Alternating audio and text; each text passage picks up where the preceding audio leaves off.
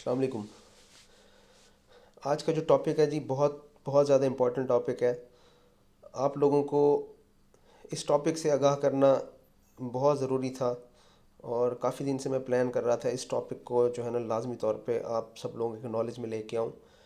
क्योंकि यहाँ पाकिस्तान के अंदर ख़ास तौर पे जितने भी लोग काम कर रहे हैं वो जो एक चीज़ को लैग करते हैं और जिस चीज़ की बुनियाद पर ज़्यादातर अकाउंट सस्पेंड होते हैं। देखिए, जब आपके अकाउंट सस्पेंड होते हैं, रिस्ट्रिक्ट हो जाते हैं, तो ईबे आपको कभी भी नहीं बताता कि आपका अकाउंट क्यों रिस्ट्रिक्ट किया गया या क्यों आपका अकाउंट जो है वो सस्पेंड किया गया। आप जब भी ईबे से बात करते हैं कि जनाब हमारा अकाउंट सस्पेंड हो गया या रिस्ट्रिक्ट हो गया है, तो वो आपको यही बताता है कि भाई हमारी यही पॉलिसी है कि हम आपको ये डिस्क्लोज़ नहीं करेंगे कि हमने आपका अकाउंट क्यों रिस्ट्रिक्ट या सस्पेंड किया गया है। और इन रियलिटी ईबे आपका अकाउंट रिस्ट्रिक्ट और सस्पेंड उस कंडीशन में करता है जब आप ईबे की कोई भी पॉलिसी जो है वो फॉलो नहीं कर रहे होते। तो देखें जी, ईबे की बहुत सारी पॉलिसीज़ हैं। अब जो पॉलिसीज़ आपको आम तौर पर डिस्कस की जाती हैं, यूट्यूब पे डिस्कस की जाती हैं, लोग अपने लेक्चर्स के अंदर जो है ना उनको एक्सप्लेन कर रहे होते हैं, डिफरेंट जो कोर्स लोग करवा रहे हैं उनके अंदर जो पॉलिसीज़ बताई जा रही हैं वो ज़्यादातर वही पॉलिसीज़ हैं। आपकी शिपिंग पॉलिसी, आपकी जो है return policy, payment policy, item location policy, जो लिस्टिंग से रिलेट कर रही होती हैं। तो आपका नॉलेज यहीं तक रहता है और आप बहुत अच्छा काम करते हैं जब आप नए अकाउंट बना लेते हैं, उसके ऊपर आप उन सारी पॉलिसीज़ को इम्प्लीमेंट कर रहे होते हैं, फिर भी आपका अकाउंट रिस्ट्रिक्ट हो जाता है, सस्पेंड हो जाता है। ठीक है जी, ऐसी प्रैक्टिकली बहुत सारी एग्जांपल्स मेरे माइंड में भी हैं, मैंने भी देखा हुआ है कि आप उन सारी पॉलिसीज़ को अच्छे से फॉलो कर रहे होते हैं, आपने ट्रैकिंग भी ठीक तरह से प्रोवाइड की होती है, आप जो है आपकी शिपिंग पॉलिसी भी सही होती है, आइटम लोकेशन पॉलिसी की को भी आप ट्रैकर बॉट की मदद से जो है ना पूरा वो कर रहे होते हैं, फॉलो कर रहे होते हैं। सब चीज़ों के ठीक होने के बावजूद क्या होता है कि आपका अकाउंट रिस्ट्रिक्ट या सस्पेंड हो जाता है। उसकी बुनियादी वजह यही है कि हम लोग जो है ईबे की सारी पॉलिसीज़ को फॉलो नहीं करते, सारी पॉलिसीज़ को नहीं समझ पा रहे होते।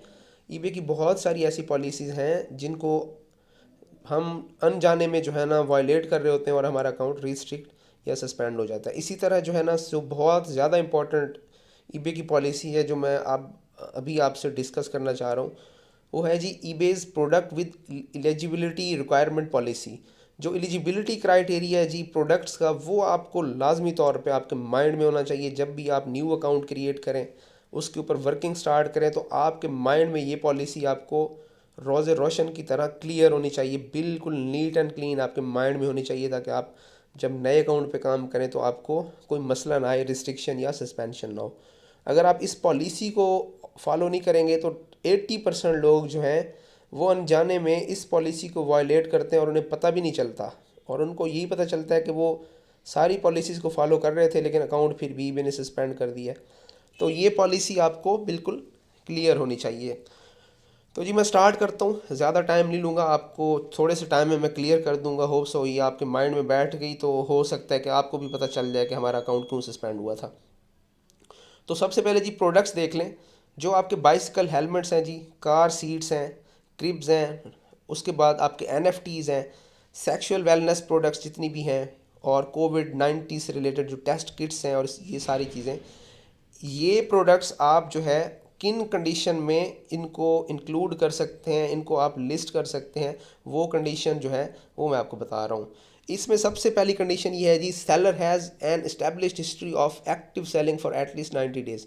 ईबे कहता है कि भाई आप ये प्रोडक्ट तब लिस्ट करेंगे प्रोवाइडेड दैट, अभी इनके ऊपर और क्राइटेरियाज लगेंगे। कोविड-19 टेस्ट जो है इनके ऊपर एक और आपको लगेगा कि आपके पास सर्टिफिकेशन होनी चाहिए, प्री अप्रूवल आपको ईबे से लेनी है।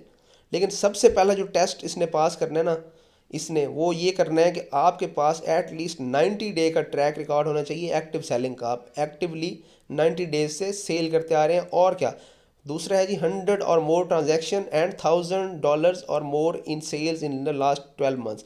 आप एक साल के अंदर आपने $1000 की सेल ली हो और 100 ट्रांजैक्शन आपने लाजमी तौर पे की हो, तब जाके आप ये जो प्रोडक्ट्स हैं आप इनको लिस्ट कर सकते हैं, अदरवाइज़ आप नहीं कर सकते। और अभी इनमें से मिसाल के तौर पे सेक्सुअल वेलनेस प्रोडक्ट्स जो हैं, ये अभी और भी आगे भी इनके ऊपर और पॉलिसीज़ टच करेंगी इनको।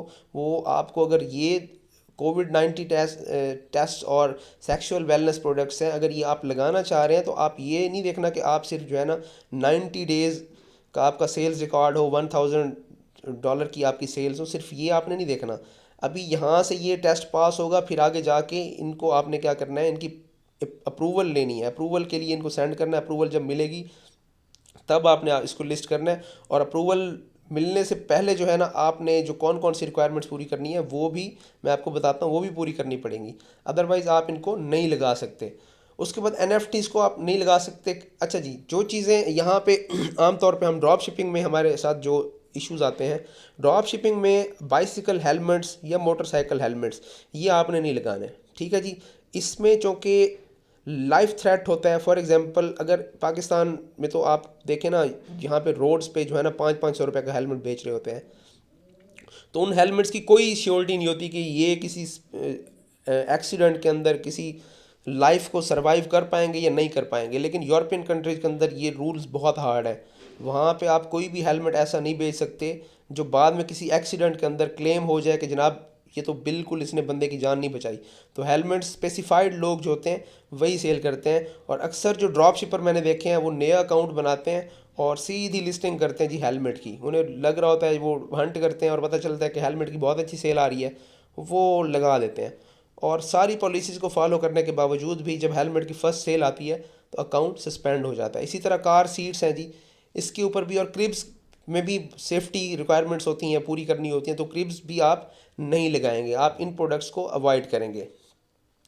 उसके बाद जी नेक्स्ट आता है कुछ, अब ये आपने जो है ना, ये ज़रूरी है कि इनके लिए मैं क्लियर कर दूं कि इनको अगर आपने सेल करना है और सारी रिक्वायरमेंट्स आप पूरी कर चुके हैं, लेट्स सपोज आप हेलमेट जो है वो आपने helmets, bicycle helmets, car seats और क्रिब्स आप करना चाह रहे हैं, तो आप इनके लिए आपको क्या ज़रूरी होगा, ये जो आप $1000 की सेल होनी चाहिए लास्ट 12 मंथ में, आपके पास 90 डेज़ का ट्रैक रिकॉर्ड होना चाहिए, अच्छी से आपकी सेल रिकॉर्ड होना चाहिए एक्टिव।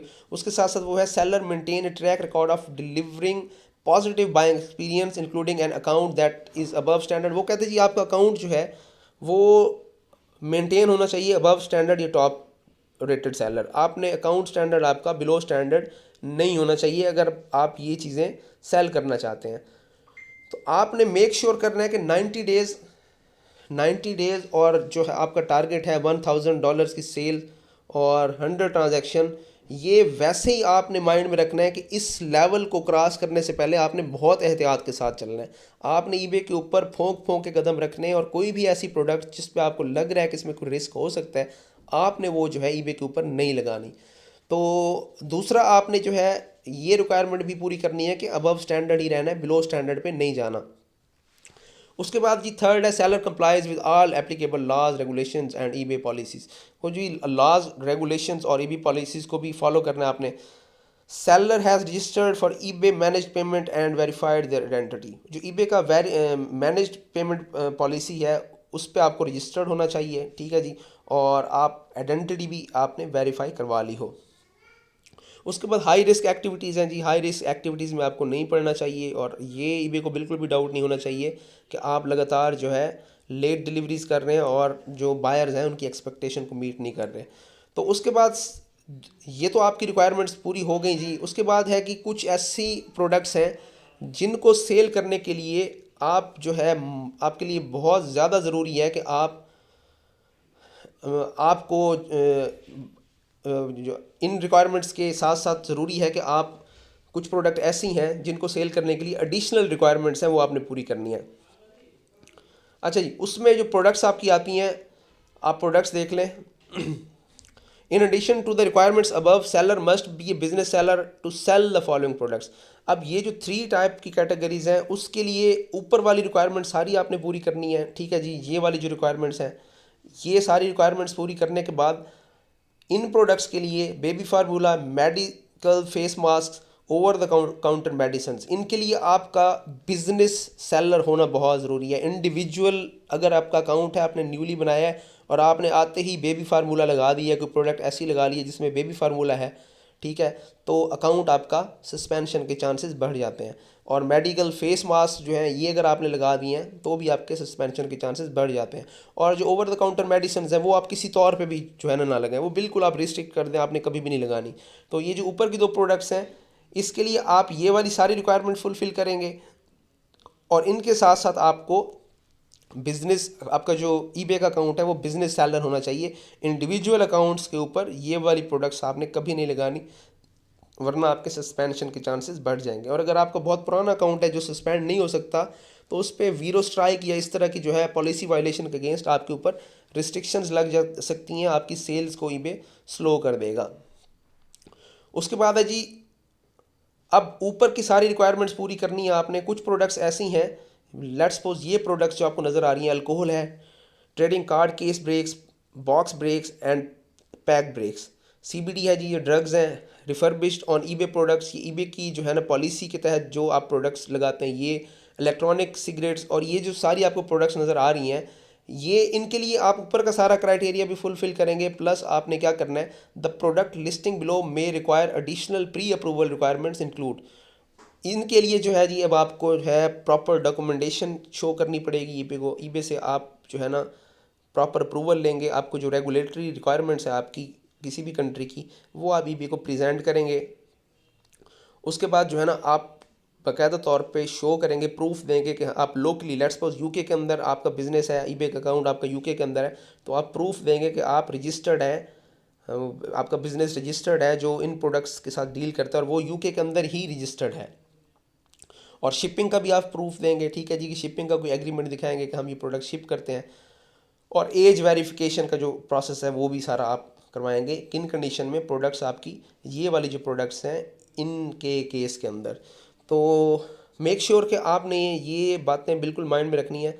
आप इन प्रोडक्ट के, आप इनके स्क्रीनशॉट्स ले सकते हैं, इनको अपने पास सेव करके रख सकते हैं, ताकि अगर आपका ड्रॉप शिपिंग का बिजनेस है और आप मल्टीपल अकाउंट्स चला रहे हैं, तो आपको पता हो कि आपका जो इंडिविजुअल अकाउंट है उसके ऊपर कौन सी प्रोडक्ट लगानी है, और बिजनेस अकाउंट के ऊपर कौन सी लगानी है, और इंडिविजुअल की कितनी एज होनी चाहिए कि स्पेसिफिक प्रोडक्ट्स को आप लगाएं, और बिजनेस अकाउंट की कितनी एज होनी चाहिए कि उसके ऊपर आप स्पेसिफिक प्रोडक्ट्स लगाएं। तो ये जो पॉलिसी है इसको आपने हर हाल में फॉलो करना है, ताकि आप जो है रिस्ट्रिक्शंस और सस्पेंशन से बच सकें। अगली वीडियो तक जी, अल्लाह हाफिज़।